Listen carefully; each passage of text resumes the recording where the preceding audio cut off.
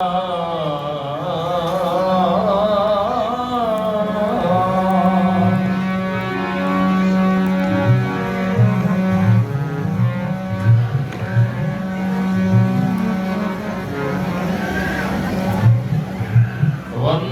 सती कबीर के चरण कमल सिरनाई, जासु ज्ञान दिन कर निकर, ब्रह्म तम देख रसाय।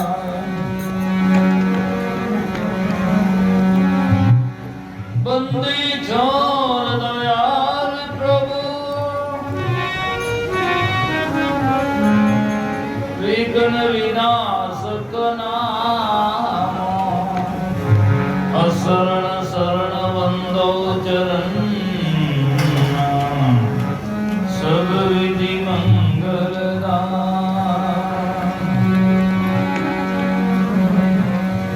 मंगल में मंगल करण मंगल रूप कबीरा,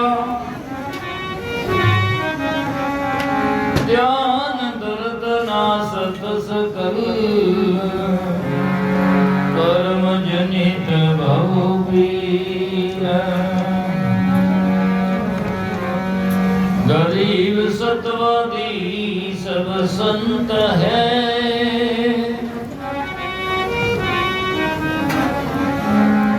आप की दाम,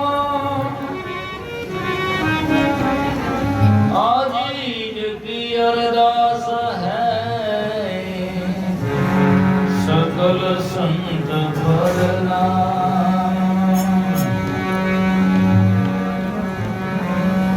सब वन तो चंदन नहीं, सूरों के दल नाई, सब समुद्र मोती नहीं, ये साधु भगवान।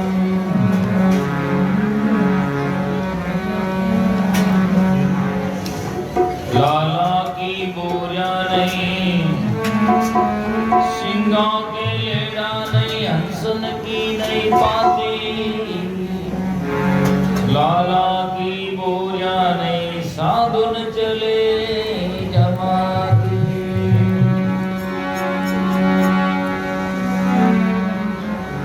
सले सले ने माणिकम मोती कम नहीं, गजे गजे अर्च सर्वत्र ने साधवा, चंदन नहीं बने बने।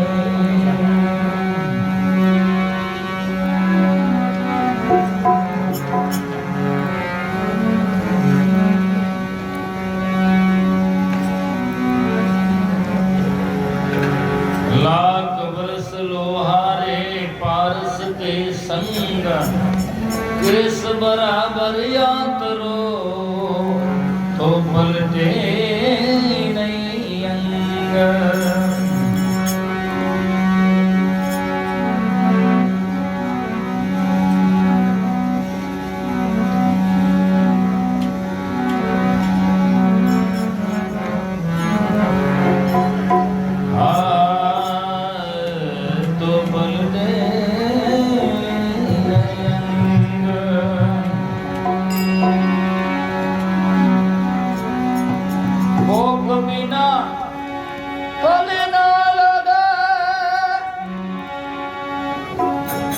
गुरु धर्म बिना न ज्ञान, किसन दास शिष साच बिना अंतर लगे न जान।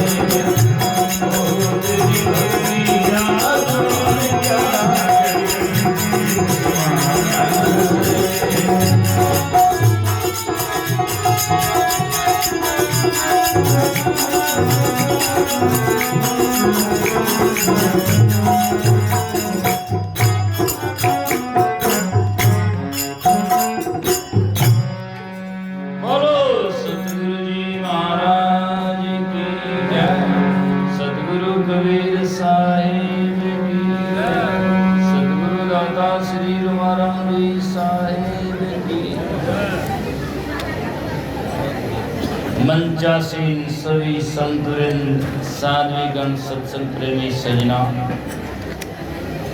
अभी आपने गुरु जी से बहुत ही सुंदर पहले सब सुना। गुणरा भेद निराला, जिनमें सद्गुण हो उनका भेद है, उनका रहस्य निराला है। निराला का अर्थ है हर आदमी जानते नहीं है और हर आदमी में हर वस्तु में वो सद्गुण होते नहीं है, और गुण के बिना वस्तु की कोई महत्ता नहीं है। यदि ये हारमोनियम देखने में सुंदर है और आवाज नहीं निकलती तो कोई मतलब नहीं है, खोखा है। बारूं तो छोका है, वजह के खोखा है, कुछ नहीं है। बना बनाया मानवा बिना बुद्धि बेतुल, कहा लाल कीजिए जो बिना वास का फूल। यदि मनुष्य है बेतुल जैसे वह ताबूत जैसा खड़ा है, और यदि इसमें सद्गुण नहीं तो कोई काम का नहीं है। जैसे कि बिना सुगंधि का फूल है जिसकी कोई कीमत नहीं है। माँ रोईडा है, रोईडा रो फूल बनी में भूलियो तेसु फूला दिवस दस कंकर भया उदास। तो उसमें फूल में सुंदरता दिखाई देती है पर वास्तव में नहीं है। इसलिए लोगों ने, गाले वाले ने गाया, रोईडा ने रूप दियो भूल गयो किरतार। ये एक अलंकार है, समझाने का तरीका है। उदाहरण है जिसको शास्त्रों में व्याकरण में अन्योक्ति अलंकार कहते हैं। अन्योक्ति का मतलब है कहने में बात कुछ और है, उसका लक्ष्य अर्थ कुछ और है। रोईडा का फूल का उदाहरण है, अन्योक्ति अलंकार है। जिससे रोईडा में फूल में सुगंधि नहीं बेकार है, तो ये ऐसे मनुष्य जन्म में सद्गुण नहीं तो बेकार है, कुछ नहीं है। तो तेरी भक्ति का गुण कहा, अर्थात गुणरा भेद निराला, कोई जाने है जानन हारा। हारा जानन हार होते हैं, इन बात को जानते हैं। इसमें सब बातें बताई जो उदाहरण दिए हैं, वो सब जाकर के विशेषता है। सो पर्वत उजागर के जामे धातु निवासा, जिस पर्वत में धातु निकलते उसकी कीमत है। अब कोई कहते तो बटाला की कीमत है, पर बटाला की कीमत चांदी जड़ी होना जड़ी नहीं है। कचरा की कीमत है, वाड़ने तो वही काम आवे, पर फर्नीचर उन्होंने थोड़ी बने है ना। वो तो कचरो कचरो ही है, कचरा की जगह उसकी कीमत है, फर्नीचर की जगह नहीं। लोहे की कीमत है, पर सोना और चांदी के बराबर नहीं है, और पारस के बराबर तो उसकी भी नहीं है। पारस अलंकार है, अर्थात वो जाकर के उसमें वो शक्ति है कि सोना बना देता है और सोना सोना ही रहता है। एक समझाने का तरीका है। गुरु पारस को आंतरो जानत है सब संत, वो तो लोहा कंचन करे ये कर ले मेहनत, अपने समान बना लेते हैं। सदगुरु पारस खाने लोहा जुग सारा, टुके पारस संग्रह में कंचन कर दे सारा। गुरु परस है चंदन वास सुवास, सदगुरु पारस जीव का जिन दिया है मुक्ति निवास। सदगुरु पारस जीव के हैं। तो इसमें जितने शब्द बताए गए हैं, सुवासन मणिधारी के ये सर्प तो वो है जिसमें मणि है। ये भी अलंकार अन्योक्ति अलंकार है, उसमें मणि है। मणि का तात्पर्य उसमें स्वयं प्रकाश है। दुनिया में संत है लेकिन वो मणिधारी सर्प के समान है जिसमें श्वेत ज्ञान का प्रकाश है। इसलिए कहा गया मणिधारी जारी ममता नहीं डोले, और समझाने सांसों है नहीं। मणिधारी जिसकी ममता नहीं डोलती है, क्योंकि खाने पीने का आरवार करना उसको कोई डर नहीं होता। जब भी वो चाहता मणि उबाल देता है, प्रकाश में जा करके भोजन कर लेता है, इस समझाता है। ऐसे ही संत में जाकर के कम ज्यादा हो, उदय हो, अस्त हो जाए, उसका कोई संशय नहीं है। ऐसे ज्ञानी जन होते हैं, उसमें जन्म और मृत्यु कोई जन्म है कोई मेरे, उसका कुछ संशय नहीं है। उन्हें मालूम है कि जाकर के ये तो संसार का नियम है, तो उसमें समझाने सांसों है नहीं। तो कहने का अर्थ नहीं तो सुवास मणिधारी के ये मणि उजारे खेले, और सकल श्रावण का कीड़ा जगत पगातर पीले। बाकी तो कीड़ा है जो मनुष्य के पाँव में आता है, मणिधारी इस पाँव में नहीं आता है। अर्थात ज्ञानी जन होता है वो इस दुनिया के दलदल के नीचे नहीं आता है, वो हमेशा के लिए ऊपर उठा हुआ रहता है ज्ञान में। वो दलदलों में फंसता नहीं, छोटी बात में हंसता नहीं, और दूसरे कितनी मोह आसक्ति में वो फंसता नहीं है। क्यों कि वो ज्ञानी ऊपर उठा हुआ रहता है हमेशा के लिए। साध सती और सूरमा, ज्ञानी और गजदंत एता निक्सानी बावरे जो जुग जाए अनंत। साधु संसार से बाहर निकल गया, अर्थात उपराम हो गया, कितने भी आओ वो उसमें वापस मिलता नहीं, शक्ति निकल जाती फिर वो जो मिलती नहीं। सूरा अपने जीवन में निकलता तो मारता या मरता पर उसमें कायरता नहीं आती है। और हाथी के दांत जो बाहर आ जाते हैं शरीर से वापस अंदर घुसते नहीं, बोले काट चूड़ा बड़े बनाओ पर वापस नहीं घुस सकता है। ऐसे ज्ञानी संसार से ज्ञान से उपराम हो जाता है, अलग हो जाता है, कितने विघ्न बाधा हो लेकिन उसमें वो मिलता नहीं है। जैसे पानी की सतह पर कोई वृक्ष का पत्ता तैरता है, दूसरा उसमें ट्यूबवेल से पानी भरना शुरू कर दो तो वो नीचे नहीं दबता, ज्यों ज्यों पानी आता जाएगा ज्यों ज्यों पत्ता सतह के ऊपर उठता जाएगा। ऐसे दुनिया में कितने विघ्न आते भी जाएंगे वो सब नीचे दबते जाएंगे, ज्ञानी सदा सदा के लिए ऊपर। कैसा होता है एक छोटा उदाहरण देता हूँ। एक गांव में कोई भाई साहब ने बहुत ही सुंदर मकान बनाया, सुंदर मकान बनाया और बना करके मतलब था कि भाई 2-4 दिन के बाद में इसका मकान का उद्घाटन नांगल होगा और बाद में इसमें निवास करेंगे। सामान कुछ कुछ अंदर में भर दिया और अब लोगों में अनाउंस भी कर दिया भाई 2-4 दिनों के बाद में इस मकान का नांगल उद्घाटन है, प्रतिष्ठा है। संयोग ऐसा हुआ कोई कारीगर के साथ होगा या कोई मकान में मटेरियल सीमेंट ऐसी होगी या कोई भूकंप वुकंप आया होगा, ऐसा हुआ तो मान लो 2 दिन बाद में उद्घाटन है, ये 2 दिन पहले मकान धस गया पूरा का पूरा। तो पूरा का पूरा मकान धस गया तो लोगों में शोक बच गया। हो कितना पैसा करोड़ों रुपए खर्च किया और मकान धस गया।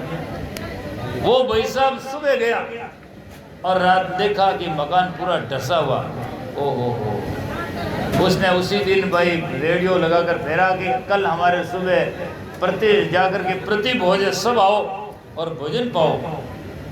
लोगों ने देखा अरे आदमी पागल है, एक तो मकान धस को हमें कहा प्रतिष्ठा प्रति भोजन दे, है ना, ये कोई खुशी की बात थोड़ी है, ये तो और नुकसान हुआ है। अरे फिर भी अब कह दियो भाई, जब उन्होंने निमंत्रण दिया तो चलो, सब लोग आए और सब पूछते भाई साहब ये क्या किया, आप तो मकान धस गया नुकसान हुआ, इसमें खुशी की क्या बात है और ये तो नुकसान की बात है, तो आपने लोगों को प्रति बोल दिया, ये क्या है? तो वो कहता बहुत ही सुंदर हो गया। क्या हुआ कि ये भी मकान 2 दिन पहले गिर गया, हम बच गए, है ना, और हमारे प्रतिष्ठा के बाद में यदि गिरता तो सब परिवार मरता, इसलिए हम तो बच गए, है ना, हम तो बच गए, इसलिए बड़ी खुशी के मकान तो दूसरा बना ले, जिंदगी रहेगी तो, है ना। तो इसीलिए उसमें ज्ञानी में जाकर के ये विशेषता होती है ना, ज्ञानी उसको ज्ञान से घटाता है और अज्ञानी उसको ज्ञान में ले जाता है। तो इसीलिए महात्मा ने कहा, ज्ञानी तो महापुरुषों ने कहा, साधु तो उल्टी बिचारे आंधा, एक बाड़ी में नीबजे खरबूजा कांदा, है ना। तो इसीलिए तो खरबूजा तो मीठा होता है, कांदा चरका हुआ है ना, हाँ। तो इसीलिए साधु होता है उसको सीधी करता है, हर जाकर के विधि करता है ना। तो इसीलिए सजना संत महात्मा कहते हैं सो भाषण मिणधारी कहिए, सो नारी पतिव्रता कहिए, पति की आज्ञा माने। इसका मतलब ये नहीं कि पति चाहे यूँ कहते, पति का भी सदलक्षण होता है जो शास्त्रों के अनुकूल हो, शास्त्रों से सहमत हो, अर्थात नैतिक आचरण के साथ में हो, वो बात कहें। ऐसा नहीं कि वो अंधाधुंध बात कहते हैं सब मान ले, है ना। यहाँ तक लिखा गया शास्त्रों में, जब लग नहीं देखे निज नैना तब लग नहीं माने गुरु के बहना, है ना। अपनी नैनों से नहीं देखे, यथार्थ बात नहीं समझे, तब तक जाकर के गुरु के वचन अर्थात बात नहीं माने। क्यों? उनको विनम्रता से कहे, हाँ बाप जी आप सही कहते होंगे, लेकिन मुझे अभी मेरा शंका गई नहीं है, मुझे यथार्थ बात समझो ताकि मेरी मन की दुविधा दूर हो सके। अब कई लोग कहीं जाकर कोई बेचारा में जिज्ञासु है, पूछे, चुप रहे, मारा हमने ये बात नहीं पूछनी, है ना, काल बताऊं, अब काले कहीं बताई चोर है कहीं आज ही बताई दे, हाँ। तो या मान लो कह दे ये ऐसा कोई प्रश्न पूछता गुरुजी से, तो जब शंका होगी तो नहीं पूछेगा। यदि बढ़िया से जाकर कहेगा फलानी चीज है कहीं, ऐसी बात नहीं पूछनी जन बढ़िया नहीं पूछ कट पूछ कहाँ बिकेगा। तो इसीलिए नहीं, गुरु जो होते हैं सदगुरु होते हैं विनम्रता से उनके पूछने पर विनम्रता से अर्थात उनकी शंका समाधान दूर करते हैं विवेक से। और देखो शंका समाधान दूर करने का तरीका क्या है, एक तो उसको उदाहरण से समझाएं, दूसरों वैज्ञानिक दृष्टिकोण से उसको तात्पर्य समझाइए। देखो ये है तो शंका दूर होगा ही होगा, क्यों नहीं होगा, है ना। मान लो एक सूरदास जी कहते हैं कि सूर्य नहीं है, मैं नहीं मानूंगा, तो उगड़ उगड़ ली जान तावड़ा में खड़ो करो, जो तब भी जन कहते हैं हाँ की तो है है ना। तो मानी तो सही। तो कहने का अर्थ यह है कि समझने का तरीका होना चाहिए। अब कहते हैं कहें कबीर सोई जन गरुआ, कोई लोग कहते हैं गुरुआ। गुरुआ में गरुआ में बहुत फर्क होता है। गुरुआ तो कहते हैं जो गुरु के नाम पर जाकर पाखंड करते हैं उसे गुरुआ कहते हैं, और गरुआ जो होता है भारीपन जिसमें महत्ता होती गहरा होता है उसे गरुआ कहते हैं। इसीलिए शास्त्रों में लिखा हल्की संगति मत करो सब गरुआपन जाए, पानी पत्थर तोमड़ी संगी चली बाहर। जैसे पत्थर में भारीपन होता है और पानी में डालो तो वही रुक जाएगा, और वही पत्थर तुम भी में डाल फंसे छोड़ो तो तुम भी राहत दबे जाएगी। तुम भी का संग करने से पत्थर का गरवापन भारीपन खत्म हो गया। ऐसे ही जाकर के सज्जन आदमी भी दुर्जन का संग करने से उसका महत्ता भारीपन उसके सद्गुण की महत्ता खत्म हो जाती है। इसलिए संग उसका करना चाहिए जो विवेकशील हो समृद्धवान हो, उनका संग करना जिससे हमारा गरवापन खराब न हो। और महात्मा कहते नहीं मारवाड़ में कहावत है गोईडार पीपू पापो पीपली बढ़ जा, है ना, पढ़े तो उनमें दिन भाई खराब। तो संग करने से जीवन खराब होता है। तो बहुत ही सुंदर बातें कहें कबीर सोई जन करवा, अर्थात वजनदार भारी, अर्थात वो महात्मा है नाम भजन अधिकारी, जो भजन करते हैं वो उनमें जीवन में भारापन अर्थात वो समझदार मान पुरुष है।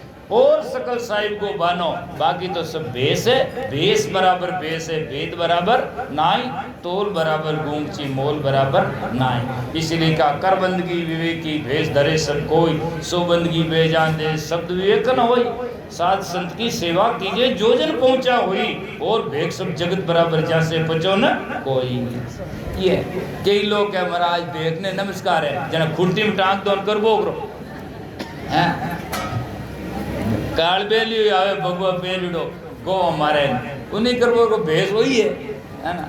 भेष से थोड़ा ही है, भक्ति भेष से न्यारी है। आगे महाराज का देखो सुखराम जी महाराज का कैसा भेद था, हरकाराम जी महाराज का कैसा भेद था, धोती जामा पाक पहने हुए। और जब राजाओं ने प्रसन्न किया तो उन्होंने कहा राजा ऐसा भेष हमारा भेदू जी का भली भी जाने कर्मी लगे नहीं सारा, राम रटे परमेश्वर प्यारा रहे कर्मों से न्यारा। सदगुरु लूमाराम जी साहब के क्या तमिल पहनी धोती और जाकर के केवल टोपी से उनका एहसास होता था, है ना। मैंने दर्शन किया भोलाराम जी महाराज का, देखो उपस्थित राम जी कितने हमारे यहाँ संतु है जिन्होंने कोई भेष में बदलाव नहीं किया लेकिन रेस में बदलाव कर दिया और अपना जीवन कल्याण कर लिया। आज लोग रेस में अपने गुणों में विचारों में स्वभाव में तो बदलाव करते नहीं और केवल भेष में बदलाव करते, उससे कोई जीवन कल्याण होता है नहीं। चाहे उसमें आप है, चाहे हम में, चाहे आप हैं, चाहे किसी का कोई बेटा बाप है, अब बात बिल्कुल साफ है। इसीलिए कल्याण होने का तरीका सद्गुणों को जीवन में धारण करने की आवश्यकता है। तो इसीलिए और भेद जाकर के और सकल साहेब रो बानो देखो तत्व विचारी, इसी में कहा तेरी भक्ति रा गुण क्या जग जन एक समाना। यदि भगत और संसार दोनों एक ही समान है, उसमें क्रोध, उनमें लोभ, उनमें लालच जना फर्क कहीं है। तो कारण क्या है? कारण दोनों में एक का आ जाकर के सोचना कमी है इसलिए, और कमी दोनों में यदि लोहारो एक मूंगो है, एक लो तपियोड़ो है और दूसरो ठंडो है तो संधि लागी नहीं लागी। जाकर आयरन ताता लो ज्यों संधि लखे नहीं कोई, दोनों तरफ से लो यदि गर्म हो तो उसकी संधि को बाद में मालूम नहीं पड़ता कि संधि कहाँ लगी हुई है। यदि गुरु भी महान पुरुष विवेकशील हो और शिष्य उत्तम जिज्ञासु हो तो बदलाव होने में या भक्ति ज्ञान जागृत होने में वास्तविकता को जानने में देरी नहीं हो सकती है। एक साकी रामचंद्र महाराज की उससे मैं चरितार्थ करना चाहता हूँ, जिसमें दृष्टांत और दाष्टांत दोनों की एकदम एक साकी में पुष्टिकरण किया गया। गुरु ज्ञाता, गुरु कैसे होने चाहिए? ज्ञाता विवेकशील भजनिक। गुरु ज्ञाता, गुरु का दृष्टांत नहीं दाष्टांत है और पति पत्नी का दृष्टांत है। दोनों में गुरु ज्ञाता पुरुष लिया। गुरु कैसे होने चाहिए? ज्ञाता। पुरुष कहना कैसा होना चाहिए? शक्तिशाली, ताकतवान होना चाहिए। गुरु ज्ञाता पुरुष लिया, शिष्य ऋतुवर्त जिज्ञास। शिष्य कहना हो वैसा होना चाहिए, जिज्ञासु होना चाहिए। स्त्री कैसी होनी चाहिए? ऋतुवंती होनी चाहिए। गुरु ज्ञाता पुरुष लिया, शिष्य ऋतुवर्त जिज्ञास। तो रामचरण कारण बदे। तो रामचरण महाराज कहते हैं कारण बच जाएगा, क्या होगा? फल सुत। इधर तो फल क्या मिलेगा? सुतना बच्चा हो जाएगा, उधर ज्ञान प्रकाश, उधर ज्ञान का प्रकाश हो जाएगा।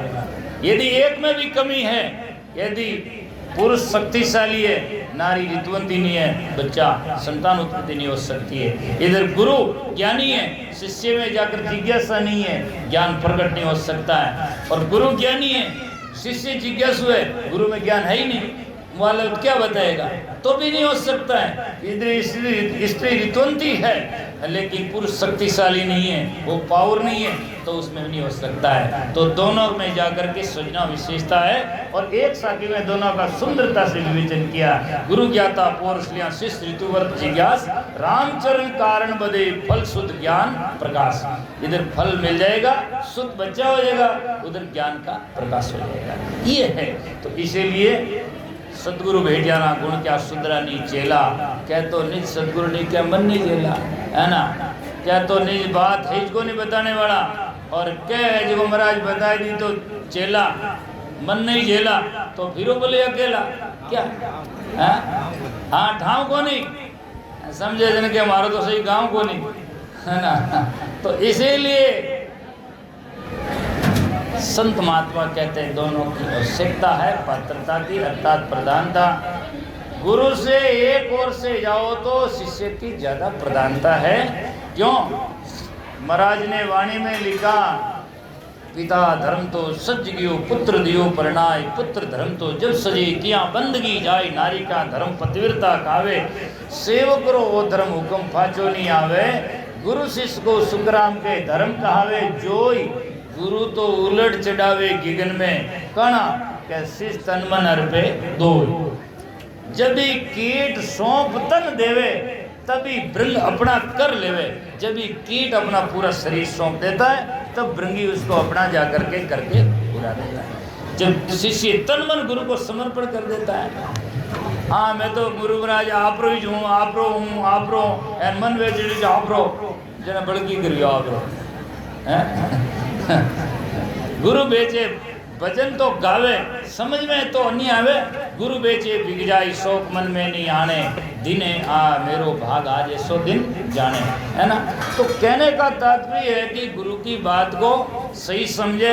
इसका मतलब ये मैं नहीं कहता कि शास्त्रों नीति के विरुद्ध हो, वो गुरु कहते हैं सब मान ले। पहले ही मैंने कह दिया शास्त्र नीति और विरुद्ध से नहीं होना चाहिए, और सच्चे संत गुरु होंगे वो नीति के विरुद्ध कहेंगे भी नहीं। उन्हीं का नाम गुरुत्व है, उन्हीं का नाम गुरु शास्त्रों की परिभाषा से दिया जा सकता है, बल्कि बेजदारी और उसको गुरु नहीं गुरुआ कह सकते हैं। गुरु की बात परिभाषा नहीं हो सकती है। पारस बेटियाना गुण की पलटिया नहीं लोहा, कह तो निज पारस नहीं कह रहेगा पीछे, या तो निज पारस है नहीं अर्थात पीछे और ना बीच में क्षति है। पति पत्नी के बीच में अंतर हो, संतानों उत्पत्ति सुख एहसास हो ही नहीं सकता।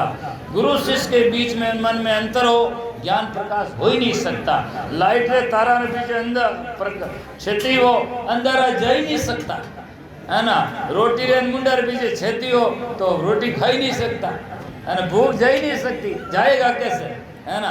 पारस के बीच में अंतर होगा तो सोना हो ही नहीं सकता। इसमें तो सजना शंका का है, बिल्कुल साफ सुथरी बात है। तो मानसरोवर गुण क्या, जहाँ हंस दुखियारा, यदि हंस दुखियारी है तो मानसरोवर किसे कहते हैं? एक दिन एक महाराज मानसरोवर वे क्या करता है, एक समझदार फताराम जी के महाराज मानसरोवर में उठे कई भरियो है, क्या महाराज क्यों क्या पानी भरियो, क्या बिल्कुल झूठ है। क्या क्यों? क्या जब पानी तो बजाटी भरियो उठ गई नहरो भरियो, पानी भरियो तटी नाडिया गणी है, जब पानी रे बजे उठी भाई पानी गई, तो एक अलंकार है। कहने का मतलब जैसा यहाँ और वहाँ है तब तो यहाँ वहाँ की बात ही क्या है। तो समझने का कई बार लोग कहते रहते हैं आगे का पीस लिया, गाते रहते हैं, समझ में नहीं आता है। तो कहने का और पहले अलंकार होता है, उसको समझने का तरीका समझना चाहिए। तो मान सरोवर गुण क्या जा हंस तू क्यारा, क्या तो निज हंसा नहीं, क्या बगु वेगधारा, क्या तो मान सरोवर है नहीं, या हंसला है नहीं, बुगला है। तो वहां जा करके हंसा नाम धराई के बुगला संग डोले, ज्ञान दृष्टि सूझे नहीं अपने मत भूले, मान सरोवरी कथा कहूँ बुगला क्या जाने, उनके मन में तो चिल्लर बसे वो कैसे माने। बुगलारी बात जानो, एक पानी रे महाराज वाणी में लिखो क्या बूझत मीन मराल मानसर कैसो रे बीरा, गाय रे कुन में पानी भरियो ने एक मेंढ को बैठो और प्रसाद टाइम में ट्र ट्र ट्र ट्र करे, जीते में हंस आएगो घूमतो गामतो। हंसर बड़ो सुंदर रूप देख वो मेंढक पूछे कौन है रे भाई तू, क्या पूछ रहे तो सुंदर कौन है, क्या मैं हंस हूँ। तो रहता कहाँ है, क्या मानसरोवर पर रहता हूँ। तो वो कितना बड़ा है उसने देखा नहीं, और हंसने जब मानसरोवर देखा तो इतना पानी उसके सामने क्या है। तो वो क्या बहुत बड़ा है। जनो मेंढकर का दूजो कोई जरीब और ही कोनी, वो दगला पग सीधा गया कहीं इतो बड़ा है कहीं, वो कहे नहीं इससे बहुत बड़ा है। तो वो लारला पग सीधा गया इतो बड़ा है कहीं ना, तब भी वो कहे नहीं इससे बहुत बड़ा है। तो वो लारला सीधा करे अगला सीधा करे, पर करे तो उन गायरा खुरमीज है थोड़ा इसमें ही, इससे तो कोई हार है नहीं। तो उसने पूरा शरीर सीधा कर दिया, आगे वाला यूं पीछे वाला पूरा शरीर सीधा, क्या इतना तो है। तो तभी वो हंस कहता है नहीं इससे बहुत बड़ा है। तब उन मेंढका ने क्रोध आयो और वो मेंढ को कह हाथ पसारिया पांव पसारिया पसारिया सभी घात, मान सरोवरी है नहीं हंसा तो क्या सरोवरी बात है तुम बिल्कुल झूठ है। हाँ ये तो कट पड़ी मात को दे क्यों कभी तो सब झूठ बात है। तो जिन्होंने जिस बात को समझा नहीं वो उन्हें तो कहते हैं मान सरोवरी कथा को बुगला क्या जाने, जिनके मन में चिल्लर बसे वो कैसे माने, जिनके मन में संसार का सुख चिल्लर बसता है उनको आत्मज्ञान की और साधना की भक्ति भजन को कल्याण की बात को वो क्या जानते हैं। वो तो महाराज के ने लोग जावे नहीं जन के ए तो गेला है महाराज रे चक्कर में आएगा है ना, महाराज के ने जावे जिन के महाराज रे चक्कर में आएगा ध्यान पड़े को नहीं। तो ऐसे लोग होते हैं। तो संत महात्मा कहते हैं पुष्पवास का गुण क्या जा अली लेतन वासा, अली ना भौरा लेतन वासा, कह तो निज कल्याणी के भौरा बेविश्वासा, कह तो कल्या में सुगंधी है नहीं और या भौरा को कल्या का सुगंधी का विश्वास है नहीं, उसमें ग्राहकता नहीं है। दातापति रा गुण क्या मन भर दानन दीना, दातापति किने कहवे उन्हें जान भूको रह जावे तो कई दातापति। एक बार सारे दरबार में भिखारी गयो, जान पूछो अलग निरंजन कहा, बादशाह ने कहा जाओ इसको पूछो कौन है, कैसा कौन है, मैं आपका सेवक हूँ। तो क्या भिखारी है क्या, कि क्यों, तो क्या है, तो क्या आप कौन है, कि मैं राजा हूँ। जब आप राजा है मैं आपके दरबार में आया तो भिखारी कैसे हो सकता, और यदि आप राजा हैं तो आपके दरबार में आया कोई भिखारी हो नहीं सकता, और यदि आप राजा नहीं है तो मैं भिखारी हूँ। तो राजा क्या मैं तो राजा हूँ, राजा हूँ जब आपके दरबार में कोई भूखा और फकीर हो ही नहीं सकता। जब राजा को जो चाहो जो दे दो भाई, है ना। तो उनके पास में जाकर के सजना थोड़ा दे, उसने दाता थोड़ी, दाता तो उसको कहते हैं जो पूर्ण उसको जाकर तृप्त कर दे, उसमें जा दातापति का गुण क्या, हाँ मन भर दान दीना, कहें कबीर सा हो तो दानपति कर्मों का हीना, वो तो खुद ही कर्मों का हीन है, अर्थात उनमें वो शक्ति भक्ति नहीं है। इसीलिए एक में फर्क है और एक को निकालने के बाद में दोनों में जाकर के सुनना संधि ज्ञान प्रकाश होना स्वाभाविक है। इन्हीं शब्दों के साथ में मैं मेरे वक्तव्य वाणी को विराम देता हूँ। आपने मेरे को अच्छी तरह से सुना, बहुत बहुत साधुवाद आपके लिए। अभी इन्हीं श्रृंखला में हमारे श्रद्धेय श्री सोमदास जी साहिब विराजमान है, आपको श्रवण कराएंगे, आप श्रवण करें। आगे विदा को हमारे बहू जी है और साधुगण है, जितना थोड़ी देर कार्यक्रम हो रहेगा आप शांति से सुनेंगे। जाने वाले कोई भी है तो भोजन महाप्रसाद कर जाएं और शांति से श्रवण करें। इन्हीं श्रद्धा के साथ में